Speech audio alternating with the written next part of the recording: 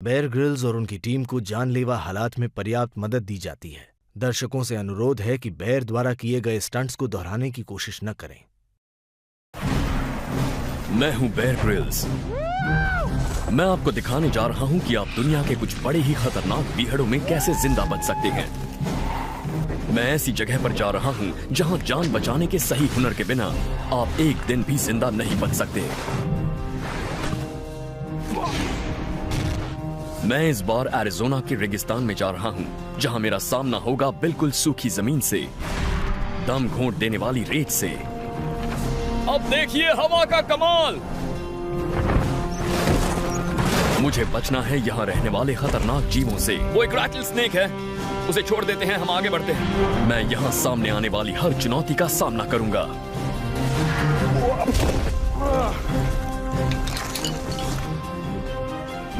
Man vs. Wild with Bear Grylls। Arizona भले ही America का हिस्सा हो, लेकिन यहाँ का बहुत बड़ा हिस्सा एक रेगिस्तान है, और ये रेगिस्तान करीब 2.5 लाख वर्ग किलोमीटर में फैला हुआ है। अगर यहाँ भटक गए तो बुरी तरह फंस गए।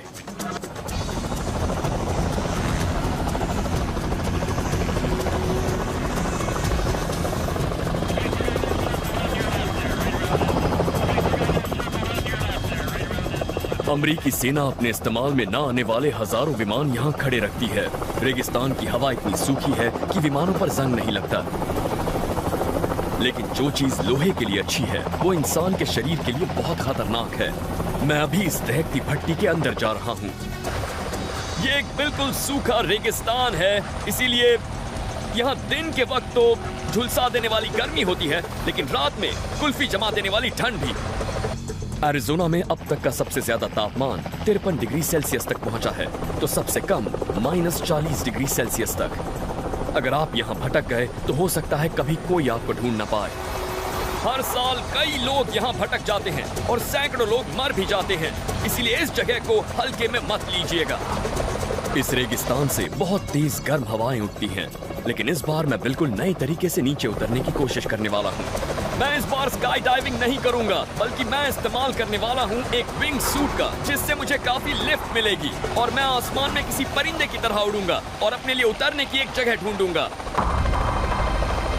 मैंने विंग सूट का इस्तेमाल इससे पहले सिर्फ एक ही बार किया है, इसलिए मुझे बहुत सावधान रहना होगा। आप रेडी हैं बेयर? Good luck.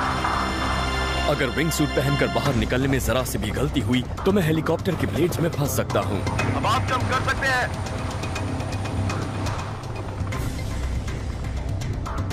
किसी आम स्काई डाइवर की तरह मुझे सीधे नीचे ले जाने के बजाय ये विंग सूट मुझे एक तेज रफ्तार ग्लाइडर बना देगा।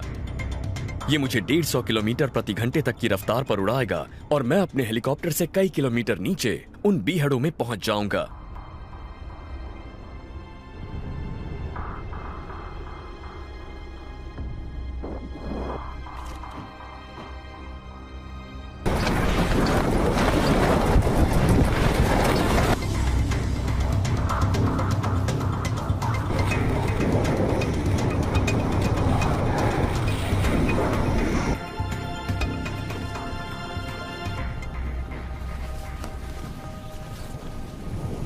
हवा बहुत तेज है, इसे समेटना होगा।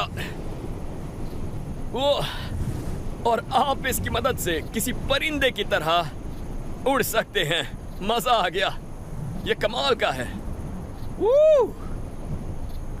लेकिन यहां पहुंचते ही जो चीज मुझे सबसे ज्यादा परेशान कर रही है वो है गर्मी। लगता है मैं किसी भट्टी में हूं। अगर आप रेगिस्तान में भटक गए हों और किसी को नहीं मालूम कि आप यहाँ हैं, तो अच्छा यही है कि आप जहाँ हों वहीं रुक जाएं। लोगों का ध्यान खींचने के लिए ऐसी कोशिश करें कि वो आपको आसमान से देख सकें। ये जमीन पर तो कुछ खास नहीं लग रहा है, लेकिन आसमान से आसानी से नजर आ जाएगा। ऐसी जगह पर बिल्कुल सीधी लाइनें बहुत कम नजर आती हैं। एक बड़े से त्रिकोण को दुनिया भर में खतरे का संकेत माना जाता है। अगर आपके पास पैराशूट जैसी कोई चीज है जो भड़कीले रंग की है, तो उसे जमीन पर फैला दीजिए। वो आसमान से ज्यादा आसानी से दिख जाएगी। आपको अपने पैराशूट से जो भी मिले उसे रख लीजिए, क्योंकि वो आपके काम आ सकता है।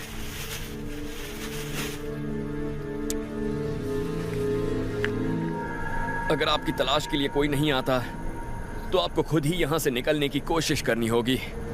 मतलब आपको पैदल चलना होगा। अगर आप ध्यान से देखें तो आपको छोटी छोटी पहाड़ियां दिखेंगी। इन्हें स्काई आइलैंड्स कहते हैं। आप वहां पहुंच गए तो वहां का तापमान यहां से 3 डिग्री तक कम होगा और आपको वहां खाना और पानी मिलने के ज्यादा चांसेस भी हैं। ओके, तो मैं यहां पर ये तीर का निशान छोड़कर जा रहा हूं। अगर किसी को पैराशूट दिख जाए तो वो समझ जाएंगे मैं किस तरफ गया था। ओके, चलिए। यहाँ हर 1000 फुट की ऊंचाई पर तापमान करीब 3.5 डिग्री कम हो जाता है। मतलब पास के किसी पहाड़ तक पहुंचना ही अच्छा है। अगर इस तापमान में मुझे जल्दी पानी नहीं मिला तो मैं डिहाइड्रेट हो सकता हूं। ऐसी जगह जान बचाने के लिए 3 का नियम हमेशा याद रखिए। आप बिना हवा 3 मिनट बच सकते हैं, 3 दिन बिना पानी रह सकते हैं और खाने के बिना 3 हफ्ते जिंदा रह सकते हैं। लेकिन इतने गर्म रेगिस्तान में बिना पानी 3 दिन रहने के बाद भूल ही जाइए। अगर यहाँ जिंदा रहना है तो सबसे पहले हमें पानी की तलाश करनी होगी। हमेशा हरियाली का मतलब ये नहीं होता कि आपको पानी भी मिल जाएगा। रेगिस्तान के पेड़ पौधे नमी की एक एक बूंद सोख लेते हैं, इसीलिए जमीन में कुछ नहीं बचता। लेकिन जमीन में ज्यादा गहराई तक जाने पर आपको शायद पानी मिल जाए। ये काफी गहरा लग रहा है, इसीलिए मुझे किनारे पर जरा संभल कर रहना होगा। ये पत्थर बहुत ढीले हैं, इन्हें स्लॉट कैनियंस कहते हैं और एरिज़ोना में ये बहुत हैं। वैसे ऐसी जगहों पर पानी मिलने की संभावना ज्यादा है जहां पर धूप कम पहुंचती है, इसलिए पानी तेजी से भाप नहीं बन पाता। मैं नीचे जाकर देखता हूं पानी मिलता है या नहीं। एरिज़ोना में जगह जगह इस तरह की घाटियां और वीरान खदानें हैं। इनके अंदर का तापमान करीब 10 डिग्री तक कम होता है, जहां दिन की धूप से बचा जा सकता है। लेकिन यहां अचानक बाढ़ भी आ जाती है, इसीलिए बाहर निकलने का रास्ता जरूर ढूंढ लें। मैं इसके अंदर जाकर देखता हूं। मैं यहां से पानी और चारकोल ढूंढने की कोशिश करूंगा। अपने पास चारकोल रखना अच्छा होता है, इससे आप बहुत कुछ कर सकते हैं। ये जगह इतनी सूखी है कि यहाँ अक्सर बिजली गिरने से जंगल में आग लग जाती है, इसलिए चारकोल भी आसानी से मिल जाता है। लेकिन यहाँ सबसे जरूरी पानी है। ये तो बिल्कुल सूखी मिट्टी है, बिल्कुल सूखी। ये देखिए, इससे पता लगता है रेगिस्तान में पानी ढूंढना कितना मुश्किल है। यहाँ कुछ नहीं है, चलिए चलते हैं यहाँ से।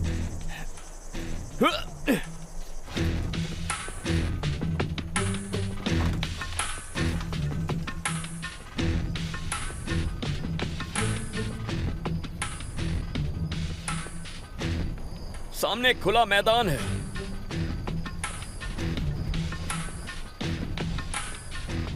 वहां की हरियाली देखकर लगता है कि वहां पर मुझे पानी और खाना जरूर मिल जाएगा। चलिए देखते हैं।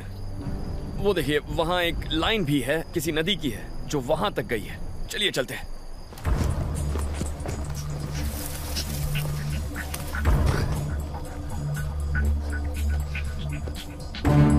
आप देख सकते हैं ये जगह कितनी सूखी है। थोड़ी मिट्टी उठा लेता हूं। आप देख सकते हैं ये बिल्कुल चॉकलेट जैसी है, जिसका मतलब है इसमें थोड़ी सी नमी है। मैं ऐसी जगह ढूंढ रहा हूं जो बिल्कुल नीचे हो और छांव में हो। वैसी जगह पर पानी मिलने की संभावना सबसे ज्यादा है। रेत के मुकाबले मिट्टी में पानी ज्यादा देर तक रुका रहता है।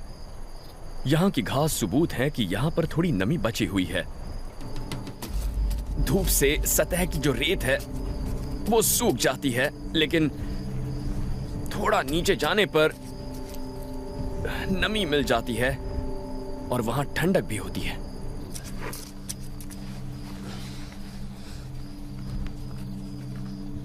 ये देखिए रेत कितनी गीली है। अब चुनौती ये है कि इस रेत में से पीने लायक पानी निचोड़ना पड़ेगा। एक तरीका है अपने मोज़ों का इस्तेमाल करना। पहले अपने मोजे में गीली रेत भर लीजिए और फिर उसे आप लपेट लीजिए।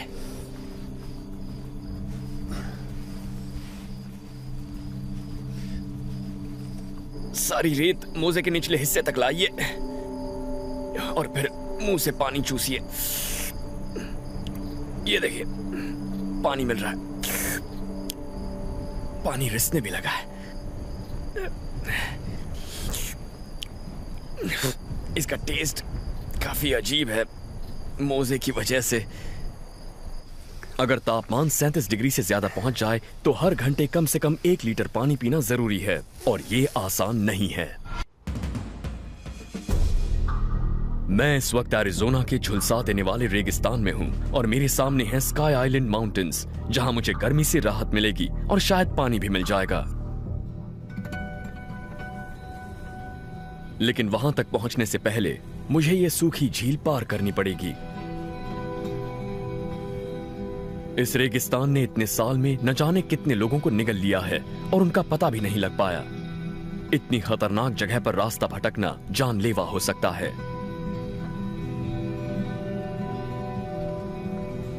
इस भूरी बेजान जगह पर चटक रंग की कोई भी चीज आसानी से दिख जाती है। ये शायद किसी ड्यून बग्गी के पुर्जे हैं। ये तो एक विंग है। ये असल में किसी अल्ट्रालाइट विमान के पुर्जे हैं।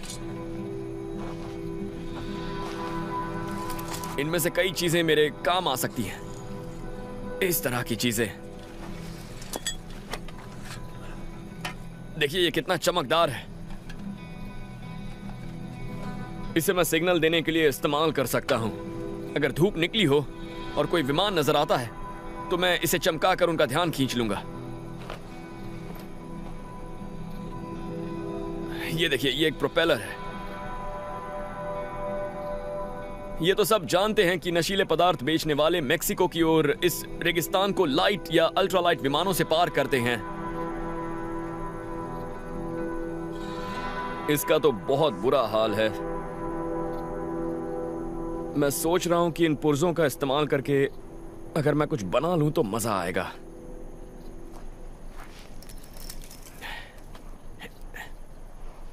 मेरे पास एक पैराशूट भी है और मैं उसकी मदद से कुछ ऐसा बना सकता हूं जिससे मैं इस रेगिस्तान को आसानी से पार कर सकता हूं।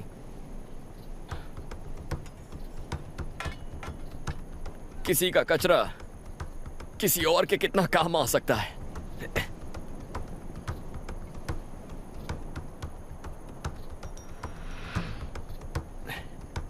अब मैं अपना पैराशूट खोलकर देखता हूं कि वो हवा पकड़ता है या नहीं।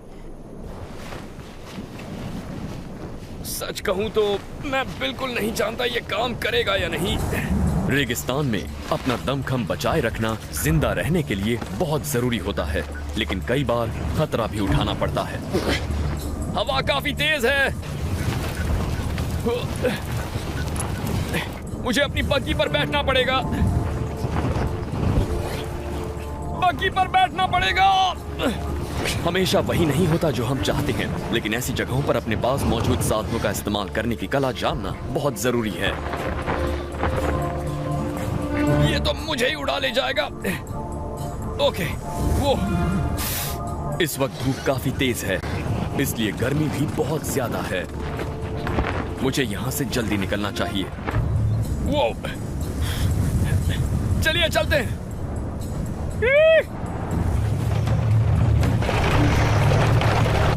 ये बहुत झटके खा रही है, लेकिन ठीक है, जान बचाने के लिए कुछ भी करना पड़ता है। अगर मैं पैदल ही इसे पार करने की कोशिश करता तो मुझे बहुत सी एनर्जी खर्च करनी पड़ती और शायद मैं डिहाइड्रेट हो जाता। इसीलिए मैं हवा की ताकत इस्तेमाल कर रहा हूं। हमें अपनी मंजिल पर ध्यान रखना चाहिए और जो भी साधन मिले उनका इस्तेमाल कीजिए। हर कोशिश में कामयाबी नहीं मिलेगी, लेकिन कोशिश करना मत छोड़िए। मैं बग्गी पर इस सूखी लेक को पार कर रहा हूं और इसके चलने से लगने वाली हवा से मेरे शरीर को भी ठंडक मिल रही है। लेकिन रेगिस्तान में हमेशा वही नहीं होता जो हम चाहते हैं।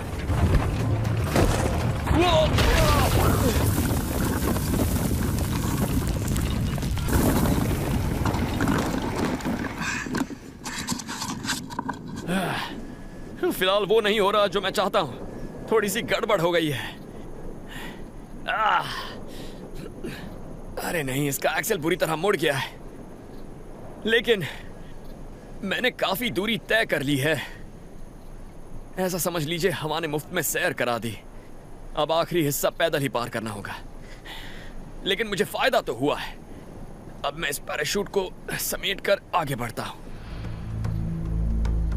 ओ, एक मिनट, यहां पर एक बिच्छू है।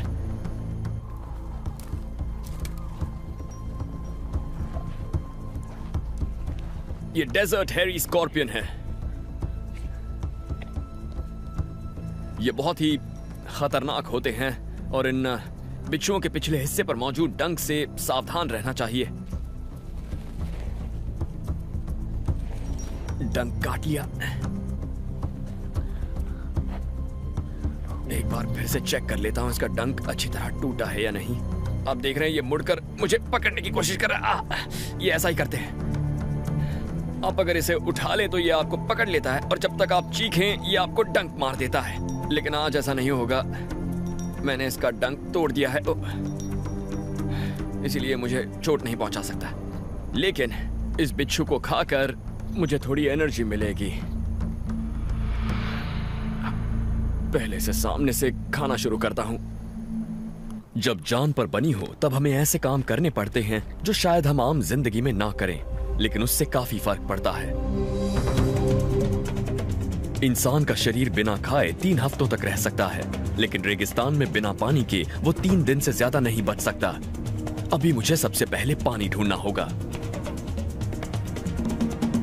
इन पथरीले इलाकों में पानी मिल सकता है क्योंकि अक्सर पानी के फव्वारों या सोतों का पानी इन पत्थरों में पड़ी दरारों से बाहर आता है।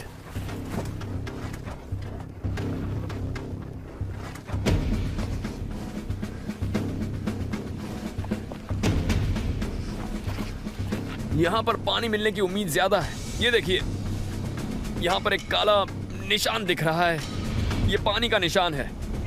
कभी कभार आने वाली बारिश से ऐसे निशान नहीं बनते। ये तभी बनते हैं जब पानी काफी हो। और देखिए, यहां बाढ़ में बहकर आया मलबा भी है, मतलब यहां पानी आता रहता है। हम इसी तरफ जाएंगे। वो मैंने रैटल की आवाज सुनी। आराम से, आराम से। यहां देखो, यहां झाड़ी के नीचे एक रैटल स्नेक है। वो वहीं रुको, वहीं रुको। उसे यहां रहना पसंद है। यहां काफी शिकार मिल जाता होगा क्योंकि चूहे और दूसरे जीव पानी की तलाश में यहां आते होंगे और ये उन्हें खाता होगा। चलिए इसे यहीं छोड़ देते हैं। पास ही पानी मिलने की उम्मीद जगी तो मैं सांप को छोड़कर आगे बढ़ गया। मेरे लिए अभी पानी ज्यादा जरूरी है। पानी, सारा पानी इस तालाब में जमा है। पानी बह नहीं रहा, लेकिन यह दिखने में तो ताजा लग रहा है। पहले नीचे जाता हूं। रेगिस्तान में पानी मिल जाए तो खुशी का ठिकाना नहीं रहता। पानी के ऐसे सोते में भले ही पानी स्थिर हो, लेकिन यह आसपास के कई मील के दायरे में रहने वाले जीवों को सहारा देता है। इसे रख देता हूं, मुझे डुबकी लगानी है।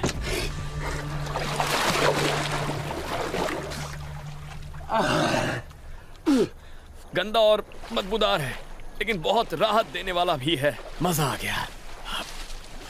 गंदा पानी पीने से हम बीमार हो सकते हैं। अगर डायरिया हो गया तो शरीर में पानी और कम हो जाएगा, लेकिन इसे साफ करने के कई तरीके हैं। ओके, मैं कोशिश करता हूं कि यह पानी पीने लायक हो जाए। मैं उस अल्ट्रालाइट विमान की इस ट्यूब का इस्तेमाल कर सकता हूं। पानी को साफ करने के काम आएगी। जंग में अक्सर पायलट्स के पास ऐसी ट्यूब होती है जिससे अगर वो दुश्मन के इलाके में फंस जाएं तो पानी का इंतजाम कर सकते हैं। बस ऐसी कोई भी ट्यूब लीजिए और मुझे बस थोड़ी सी घास चाहिए जो मेरे लिए फिल्टर की पहली परत होगी, और उसके बाद मैं इसके अंदर रखने वाला हूँ ये चारकोल जो हमें मिला था। और चारकोल बहुत ही कमाल का फिल्टर होता है। ये बैक्टीरिया और दूसरी खतरनाक चीज़ों को फिल्टर कर देता है। और आप इस तरह से अब ये पानी पी सकते हैं। चाहे तो अपनी स्लीव को भी यूज़ कर सकते हैं फिल्टर की तरह। पहले तो मुंह में पानी खींचकर उसे थूक दें ताकि मुंह में घास या चारकोल के छोटे टुकड़े ना आए। उसके बाद आप इसे पी सकते हैं। अच्छा, मैं अपनी बोतल भी भर लेता हूं।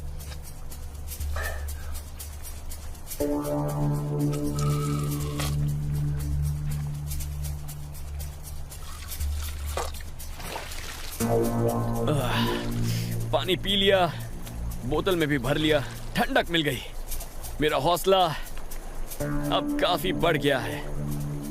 चलिए अब हम आगे बढ़ते हैं।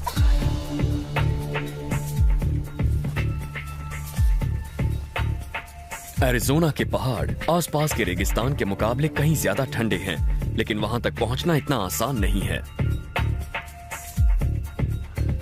इन पहाड़ों के करीब पहुंचने पर ये बहुत ज्यादा खतरनाक लगते हैं, बहुत खतरनाक है। यहां एक सही रास्ता ढूंढना होगा। ये पहाड़ ऐसे बीहड़ हैं कि 19वीं सदी में जेरोनीमो और कोचीज जैसे अपाचे योद्धा इनका इस्तेमाल अपने गढ़ के तौर पर करते थे। इन पहाड़ों पर चढ़ना बहुत बड़ी चुनौती है। अब ढलान भी खड़ी होने लगी है। ढीले पत्थरों की वजह से यहाँ चढ़ना बहुत मुश्किल है। मैं उस अल्ट्रालाइट विमान से मिले लोहे की इस ट्यूब का इस्तेमाल इसके ऊपर चढ़ाई करने के लिए कर रहा हूँ, और इस तरह से मैं रेगिस्तान से निकलकर ऊपर की ठंडी जगह तक पहुंच जाऊंगा। लेकिन जैसे जैसे ऊंचाई पर जा रहा हूं, चढ़ाई मुश्किल होती जा रही है। ये सब बहुत ही ढीले हैं। देखिए, ऐसा लगता है ये कभी भी गिर सकते हैं। मुझे किसी तरह इसे पार करना ही होगा, क्योंकि मुझे वहां उस तरफ पहुंचना है।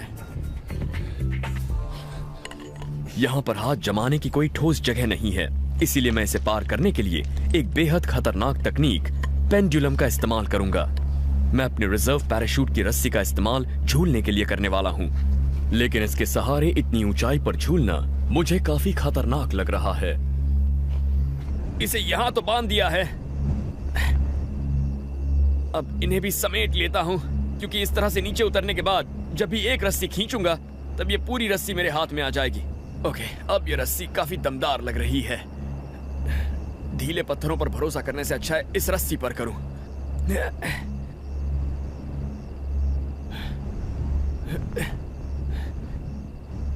मुझे पूरा यकीन है कि मैं इसे पार कर लूंगा, लेकिन इसके लिए थोड़ा हौसला चाहिए। Come on bear, you can do it.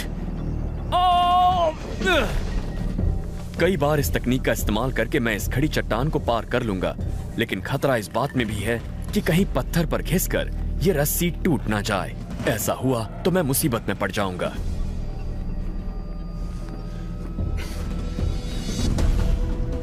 इस रस्सी का जितना ज्यादा इस्तेमाल होगा, खतरा उतना बढ़ता जाएगा।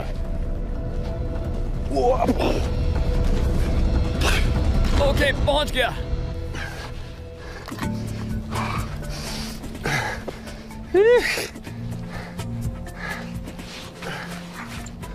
ठीक है, रेगिस्तान की गर्मी से तो बच निकला।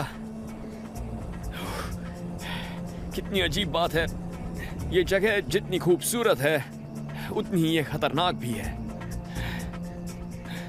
लेकिन यहां पर काफी हवा है और ये ठंडी जगह है, अच्छा लग रहा है।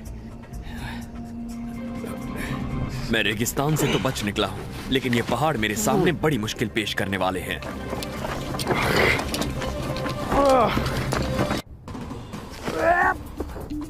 मैं स्काई आइलैंड पहाड़ों पर चढ़कर एरिज़ोना के झुलसा देने वाले रेगिस्तान से तो बच निकला हूं।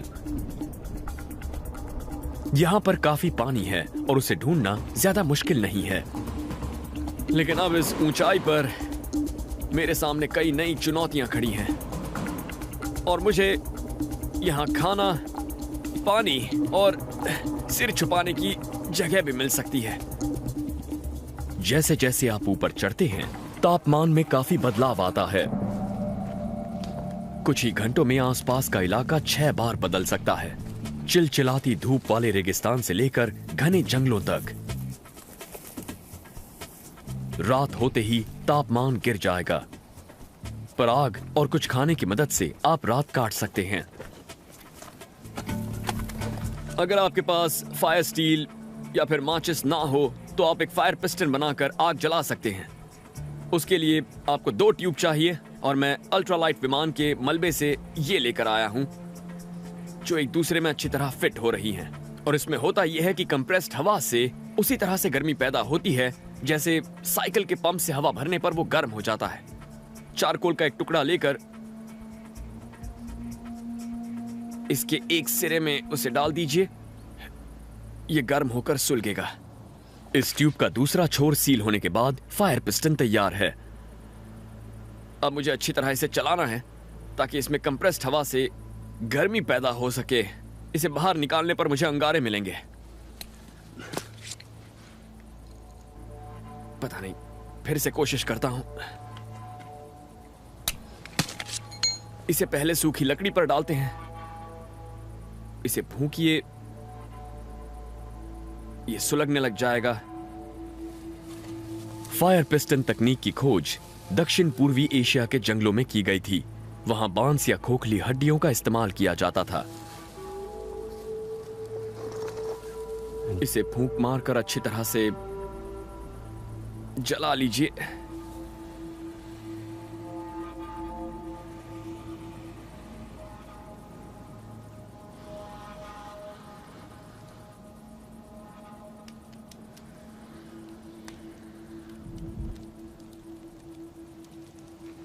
ओके,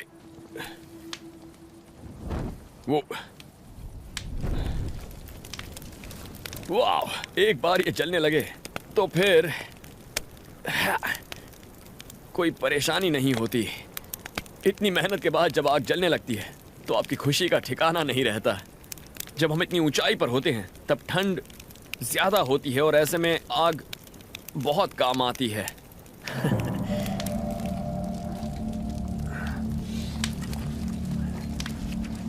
आग तो जल गई, अब खाना ढूंढना जरूरी है। मैं यहाँ अकेला शिकारी नहीं हूं। यहाँ अक्सर जैगुआर और तेंदुए शिकार करते हैं।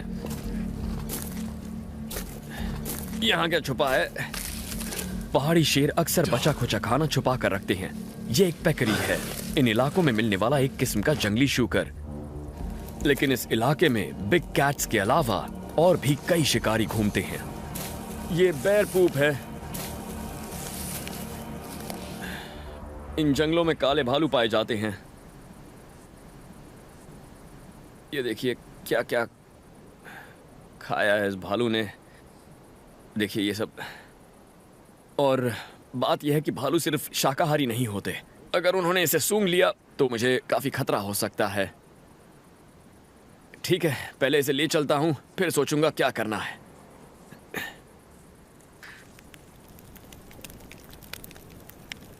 इस पर अभी काफी मांस है, मतलब आज रात के खाने का इंतजाम हो गया। इसे पकाने से खाना हजम करने और पोषक तत्व पाने में मदद मिलती है। इससे शरीर में गर्मी आती है और पेट भी भर जाता है। बाहर से तो ये जल चुका है, पर अंदर इसका मांस अच्छी तरह पका होगा।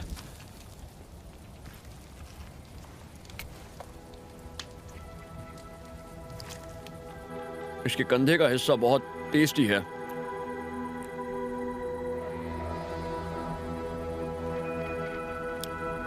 ये गर्म है और बहुत पौष्टिक भी।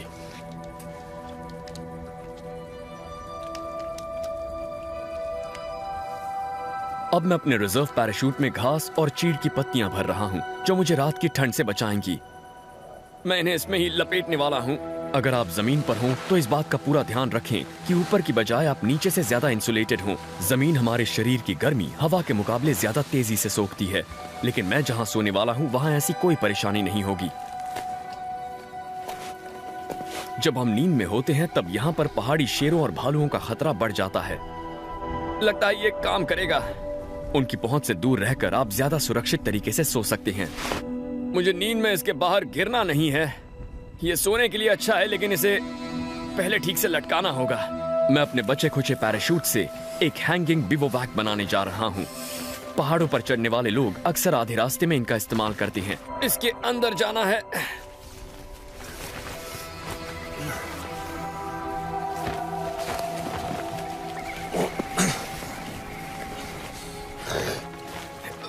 ओके, बहुत आरामदेह है और नजारा भी कमाल का है। वो देखिए,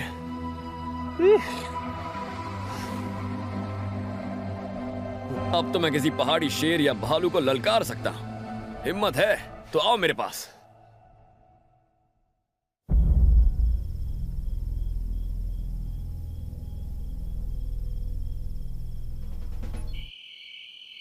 अगर हम सिर्फ 2 पल के लिए ये भूल जाएं कि मैं खड़ी चट्टान से करीब 50 फुट नीचे लटक रहा हूं, तो कहना पड़ेगा ये बहुत ही आरामदायक बिस्तर है। चीड़ की पत्तियां कमाल की हैं, उनमें मैं लिपटा हुआ हूं।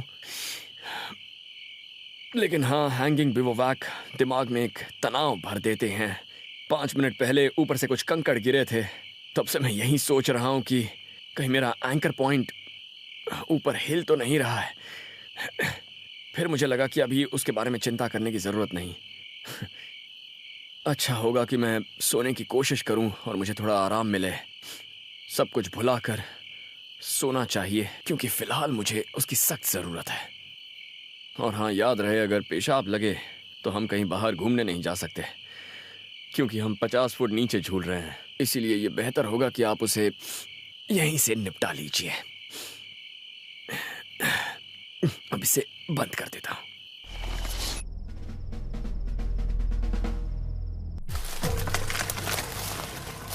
एरिज़ोना के इस बीहड़ पहाड़ी इलाके में जगह जगह पर कांटे हैं और ऐसा लगता है कि यहाँ का हर पेड़ और पौधा हमसे दुश्मनी निकाल रहा है। यहाँ के पेड़ों की ये बिल्कुल सूखी हुई नुकीली टहनियाँ टखने में धंस रही हैं, जिससे चलना बहुत मुश्किल हो रहा है। इनसे बचने की कोई तरकीब लगानी होगी, वरना कुछ देर बाद मेरे टखने पर चमड़ी नहीं रहेगी। हाँ, इस तरह के पेड़ की छाल भी टखने को नुकीले कांटों से बचा सकती है। इसे तोड़ लेता हूं। मैंने अक्सर देखा है, जब लोग ऐसी जगहों पर फंसते हैं, तब अपने सामने कोई समस्या आने पर वो उससे जूझने लगते हैं, उसे दबा देना चाहते हैं, जबकि ऐसे वक्त पर उन्हें रुककर कोई तरकीब ढूंढनी चाहिए। देखिए, आप अपने टखने को ढककर इन कांटों से बच सकते हैं। इससे काफी मदद मिल जाएगी। चलिए कोशिश करते हैं। अच्छा लग रहा है, अब आगे बढ़ेंगे। वाह, इस पैड की वजह से अच्छा लग रहा है। यहाँ चलना इतना मुश्किल है, इसीलिए तो जेरोनीमो और कोचीज जैसे अपाचे योद्धा कई साल तक यहाँ पर अमेरिकी घुड़सवार सेना से बचे रहे। वाह, ये देखिए क्या कमाल का नजारा है। यहाँ पहाड़ भी दिख रहे हैं और नीचे फैला रेगिस्तान भी नजर आ रहा है। मैं यहाँ से आसानी से सिग्नल दे सकता हूँ। यहाँ से सब कुछ साफ नजर आ रहा है। मेरे चारों ओर 360 डिग्रीज। नीचे उन झाड़ियों के बीच से इस तरह देख पाना नामुमकिन था। ऐसी किसी जगह से आप आसानी से किसी भी हवाई जहाज को देख सकते हैं या नीचे फंसे इंसान को भी आप यहां से सिग्नल दे सकते हैं। लोहे के इस चमकते हुए टुकड़े से भी, जो हमें मलबे से मिला था। अगर आप इसे रगड़कर अच्छी तरह साफ कर लें तो ये धूप में चमकेगा। तब आप अपनी उंगलियों से वी का आकार बनाकर इसके सामने रख लीजिए ताकि इसकी चमक आपके हाथ पर पड़े। टारगेट को वी के बीच में रखिए और फिर इसे चमकाइए। अगर ये चमकेगा तो इसकी चमक 80 किलोमीटर दूर तक नजर आएगी। ऐसी चमकने वाली कोई भी चीज काम आ सकती है। एक बार एक शख्स ने अपने क्रेडिट कार्ड पर बने होलोग्राम को चमकाया तो उसे भी बचा लिया गया था। अगर कोई आपके सिग्नल को नहीं देखता तो आगे बढ़ जाइए। अब मेरे सामने एक और पहाड़ है। चलिए इसके ऊपर चलते हैं। ये मुझे कुछ ठीक नहीं लग रहा। नहीं, उस तरफ चलते हैं। ये वाला हमारा सबसे अच्छा ऑप्शन है, लेकिन ये थोड़ा सा अजीब लग रहा है। इसे पार करके जाने से तो अच्छा है कि मैं इस सुराख से एक रस्सी उस चोटी की तरफ फेंकने की कोशिश करूं। फिर उसी रस्सी के सहारे मैं उस चोटी तक जा सकता हूं जो आपको वहां नजर आ रही है। अगर आगे बढ़ना है तो हमें वहीं से जाना होगा। अपनी रस्सी को मैं इस पत्थर पर अच्छी तरह से लपेट देता हूँ। फिर इसे मैं गांठ लगाकर मजबूत बनाने की कोशिश करता हूँ ताकि ये मेरा बोझ उठा सके। अगर मैंने उसे उस चोटी पर फेंका तो ये वहां पर फंस जाएगा।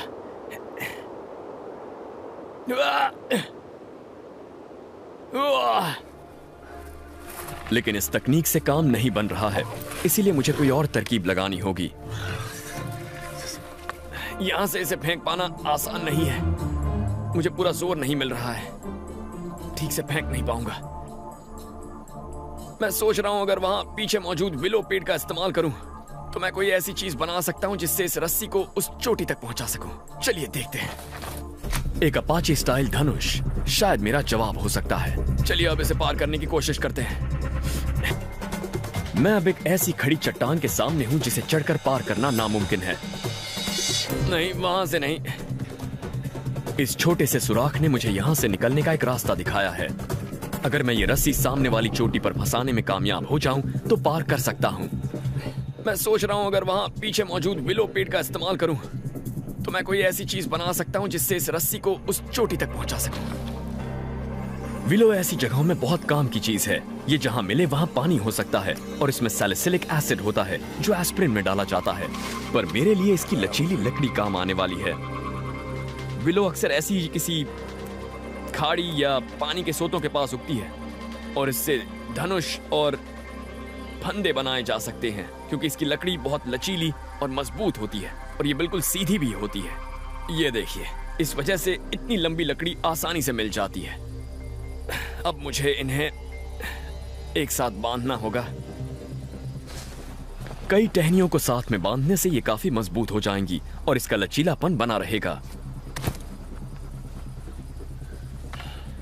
मैं इसमें एक जैमिंग नॉट लगा लेता हूं। इसके लिए पहले 8 जैसा आकार बनाइए, उसके बाद रस्सी को 2 बार लपेटते हुए ऊपर से एक गांठ लगा लीजिए इस तरह, और उसके बाद जब आप इसे कसते हैं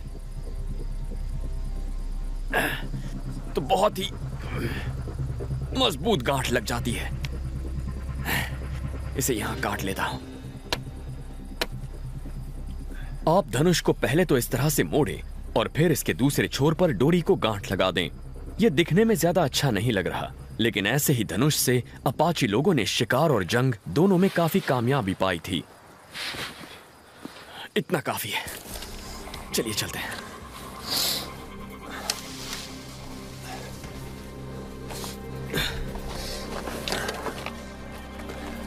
ओके, चलिए देखते हैं यह काम करता है या नहीं। इसे टेस्ट करके देखता हूं। नहीं,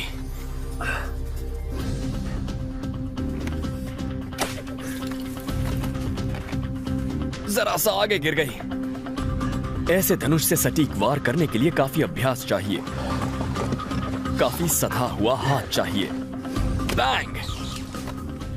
ये एक ऐसा काम है जिसके लिए काफी सब्र होना चाहिए।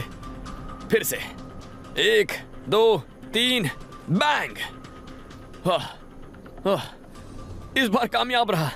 मैं आपको बिल्कुल नहीं बताऊंगा कि मैंने कितनी कोशिशें की हैं। ठीक है, रस्सी भी फंस चुकी है। देखते हैं कितना तनाव सह सकती है। इसे यहां लगा देता हूं। उस अल्ट्रालाइट विमान की ये ट्यूब इसे यहां फंसाए रखेगी और मेरा वजन भी संभाल लेगी। अब वक्त है इसे आजमाने का।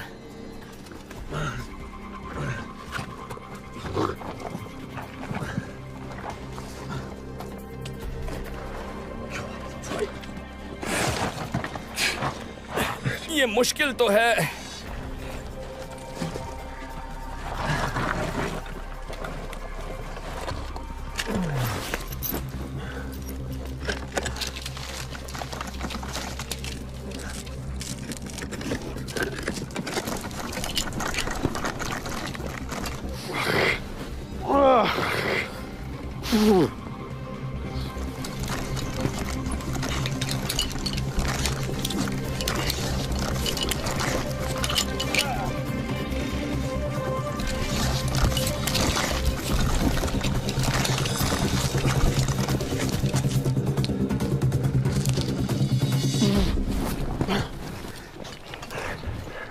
आ गया।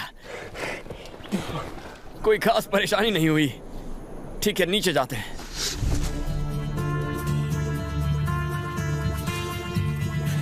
चलिए अब उस तरफ चलते हैं। पहाड़ी के उस पार की जगह काफी खुली खुली लग रही है,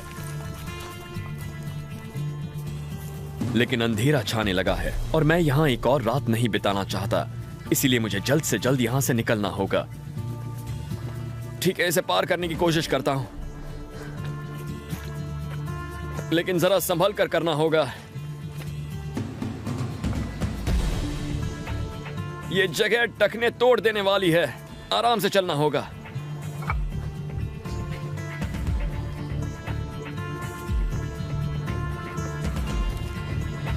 ये देखिए, ढलते सूरज की किरणों के साथ ही जिंदा रहने की उम्मीद नजर आई है, और इसी को कहते हैं एक बहुत ही खूबसूरत नजारा। अगर जान पे बनी हो तो ऐसा नजारा आपको बहुत खुशी दे सकता है। चलिए अंधेरा होने से पहले यहां से निकल लेते हैं। लेकिन अगर जान खतरे में ना हो तो सामने जो पेड़ पौधे या जीव मिले उनका सम्मान कीजिए। याद रहे, दुनिया को सबसे ज्यादा खतरा हम इंसानों से ही है।